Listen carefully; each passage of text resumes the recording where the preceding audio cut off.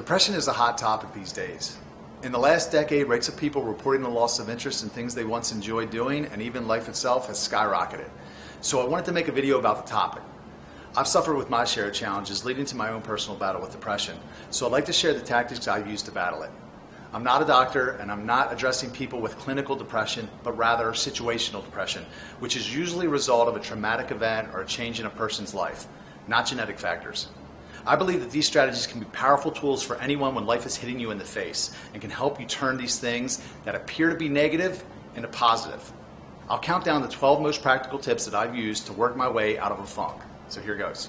Number 1, get sober. Drinking alcohol triggers the release of endorphins in your brain. It's natural to want these feel-good chemicals, but you can get these same chemicals naturally. It just requires a little effort on your part. It's when we seek these chemicals from outside sources that problems occur. Alcohol itself is a depressant and will cause your problems to seem worse than they actually are, and it can make you feel even more depressed than before you had a drink. On top of that, alcohol can mess with your sleep, increase feelings of pessimism, and cause difficulty concentrating and making decisions. Plus, we all know that when you drink too much, you're more likely to make bad decisions, resulting in consequences you will have to deal with later, and that will leave you feeling even more depressed. People that are suffering with depression, that are drinking, and are using drugs are usually doing so to escape reality because they aren't happy with their lives. It's duct tape. Trust me, I know. The only way out is through. Put the bottle or the bag down and start working on making things better, whatever that looks like for you. Number 2, no fat. Stop jerking off, and if you're looking at porn, stop that too. Masturbation, contrary to what you may have heard, is not healthy. Porn is poison and is now being referred to as the new tobacco. Some people will be shocked to hear this, but there was a time they didn't know cigarettes were bad for you either. Masturbation and porn are now being linked to depression, social anxiety, brain fog, and an overall lack of motivation. Pornography actually changes your brain and rewires the way it thinks. When you watch porn, you get a dopamine rush, which is over 200% of what is normal. That dopamine rush messes with your brain because as humans, we are always trying to achieve stability. Our brain lowers the amount of dopamine receptors, and guess what dopamine deficiency leads to? You got it? Depression. In the classic book, Think and Grow Rich, author Napoleon Hill talks about a principle known as sex transmutation. This is basically the rechanneling of all that sexual energy into a more productive means. Simply by not busting nuts, you can make significant improvements in your life that will lead you to be a more positive, confident, and energetic. Number 3, get a good night's sleep. Getting a good night's rest can play a vital role in managing depression. When you're well rested, you have better focus and you'll have more energy. A good night's sleep will also help you deal with problems better. REM sleep, the stage of sleep you dream in, recharges your system, keeps your body healthy, and plays an important role in your emotional well-being. Without proper rest, your will to get things done will be low and you will be moody. How many times have you been tired and cranky?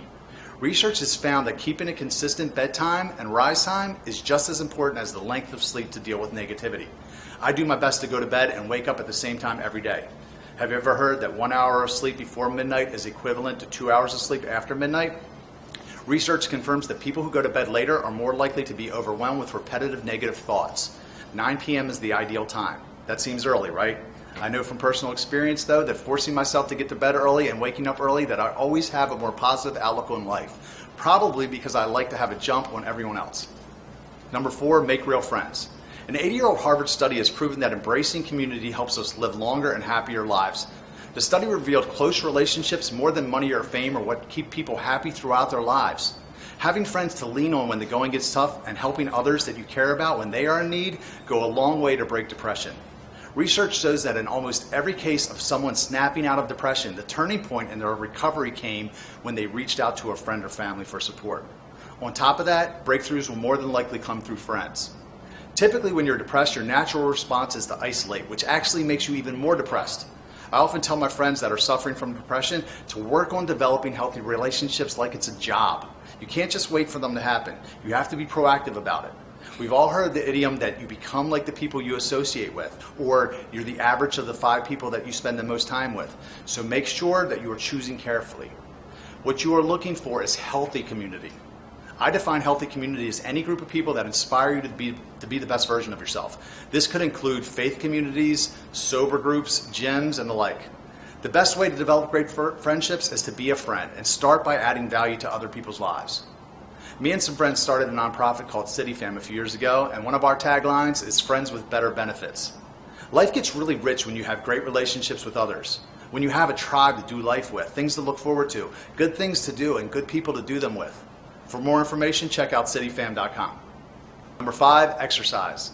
If you suffer from depression and/or anxiety, exercise probably seems like the last thing that you want to do.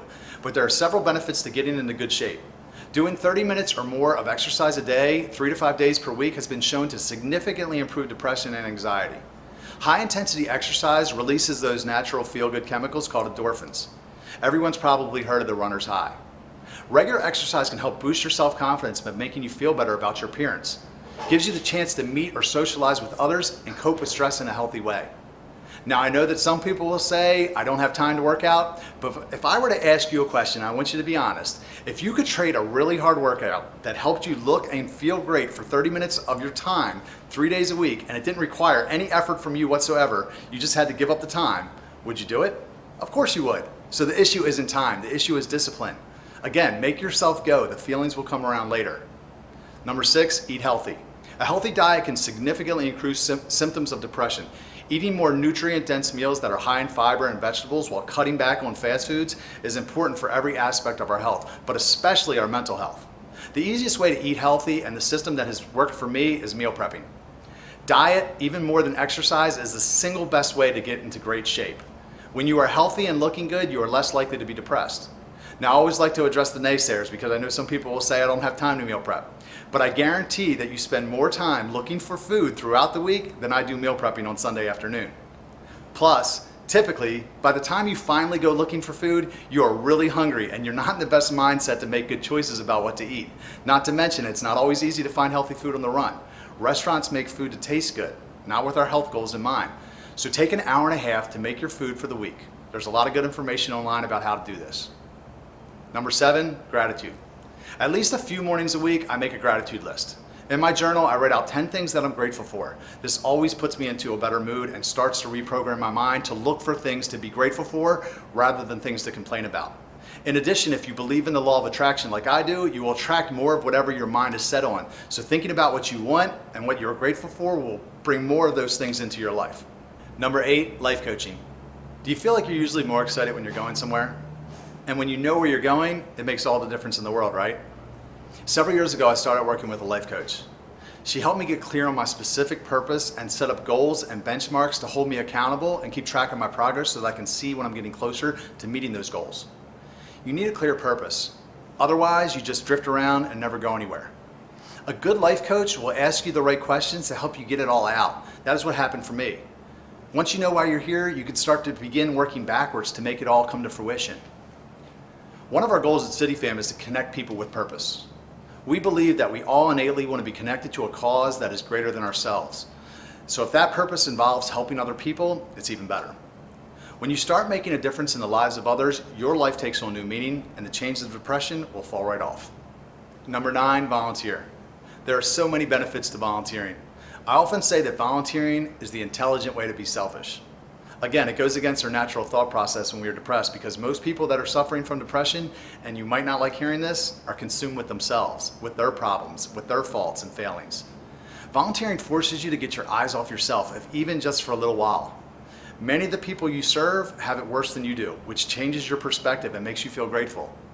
Additionally, volunteering has been linked to higher self-esteem and more of those natural feel-good chemicals. People call this a helper's high. You can make new friends when you're volunteering too that aren't just only looking out for themselves. You may have heard the saying that you can't steer a parked car. Well, I've seen evidence myself of how when you start helping others, you fall into your own purpose. At CityFam, we have found most people want to give back, but they don't know how to get started, so we make it fun and easy. Check out our website for more opportunities. Number 10, visualization. One of the practices I follow every morning is starting my day with visualizing how I want my day to go. I sit on the edge of my bed and I close my eyes and I imagine doing the things I know I need to do that day, how I want my workout to go and how I want to show up in a meeting, and I imagine the positive outcomes. Basically what I'm doing is pre-programming my mind for success before my feet ever hit the floor. The next thing I do is I visualize my life in a few years from now. I see the person that I'm working hard to become and I imagine a pleasurable scenario as vividly as possible in the life that I'm creating for myself. This might mean vacationing with my family, seeing the businesses that I'm building and where I want them to be, For you, it might be a husband or a wife getting your degree and walking across that stage. Whatever it is, see it as clearly as you can in your mind. And if you're doing this right, you'll be sitting there smiling with your eyes closed as you do it. This should get you excited and fill your tank so that you're able to do all the hard things that will be required of you that day in order to get closer to the vision becoming a reality. It's also a reminder for your brain that this is the destination, and it will start looking for ways to help you get there. At CityFam, we call this intentionality, or beginning with the end in mind. If you're depressed and not happy with your circumstances, reimagining your future gives you hope that tomorrow will be better than today. Number 11, faith. Cultivate a relationship with God and some of His followers that you can relate to.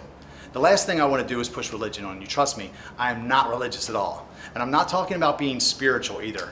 I'm talking about a real relationship with an all-knowing, all-loving, all-powerful God that has a plan for my life. So even when things may not be making sense to me, I can trust that He is in control, and if I just stay plugged in with Him, everything is going to work out in the long run. From a purely scientific standpoint, studies have revealed that higher levels of faith were associated with greater reductions in mental health symptoms such as depression. From a purely practical standpoint, finding and plugging into a good faith community will help you find real supportive friends, volunteer opportunities, and a mentor, probably all free of charge. Number 12, pray. Another practice that I start every single morning with is prayer. Don't get too hung up on the word. For me, it's just having a conversation with God. For me, this is critical. I literally don't feel right if I don't start my day with prayer. It doesn't have to be long, but what you want to do is take a moment to be quiet, to sit and listen, reflect, and give any problems or anything you are unsure about over to Him. This way, you don't have to worry about them anymore, because you already asked the all-knowing, all-powerful being that loves you unconditionally for help. Many people suffer with depression, also suffer from anxiety. There's a verse that says, "Do not be anxious about anything, but in every situation by prayer and petition with thanksgiving, present your request to God, and the peace of God, which transcends all understanding, will guard your hearts and your minds in Jesus Christ." I see so many people depressed and anxious, but they aren't doing their part by asking God for help and guidance. If you're not already doing this, it may feel unnatural at first, but so did taking a shit on the toilet at first, so give it time. So that's it. Those are my 12 ways to stop depression naturally. I've used these approaches to make significant improvements in my own life and stop almost all behavior that was no longer serving me, including getting sober, replacing all toxic friendships with healthier ones, becoming abstinent for years on end, getting into the best shape of my life, and just becoming the absolute best version of myself. The changes didn't come easy, and they could have very well crushed me. Some days I literally wanted to crawl into a ball, or I wished I would get hit by a bus. But I developed most of these habits because I had to, for survival. Plus, I knew crawling up in the fetal position in the morning wasn't going to produce the results I wanted long term. Do your best to make them into part of your routine, which takes time. But once you're in a routine, it becomes easier to do because it becomes automatic. Routines aren't based on feelings. There is no thinking, do I want to do this today or not? You just do it. Routines are the opposite of ruts. If you've ever been in a rut, you know how hard it is to get out of it. Routines are the same, just a positive version of it. So if need be, force yourself to do these things initially, regardless of how you feel, and then your feelings will come around later. I know some people will say that all these things won't work for everyone, but I would say that if you're not doing all of these things consistently, then you really can't use that argument. The one thing that you will notice that all of these things have in common is that they all require discipline. Discipline is the key to all long-term happiness, so do the work. Your mental health depends on it. If you enjoyed this video, hit the like or thumbs up button, leave me a comment down below, and subscribe to my channel. I post new videos every week. Thank you. To find out more about CityFam, how to join, start a chapter where you live, or just be notified when we come to your area, go to www.cityfam.com.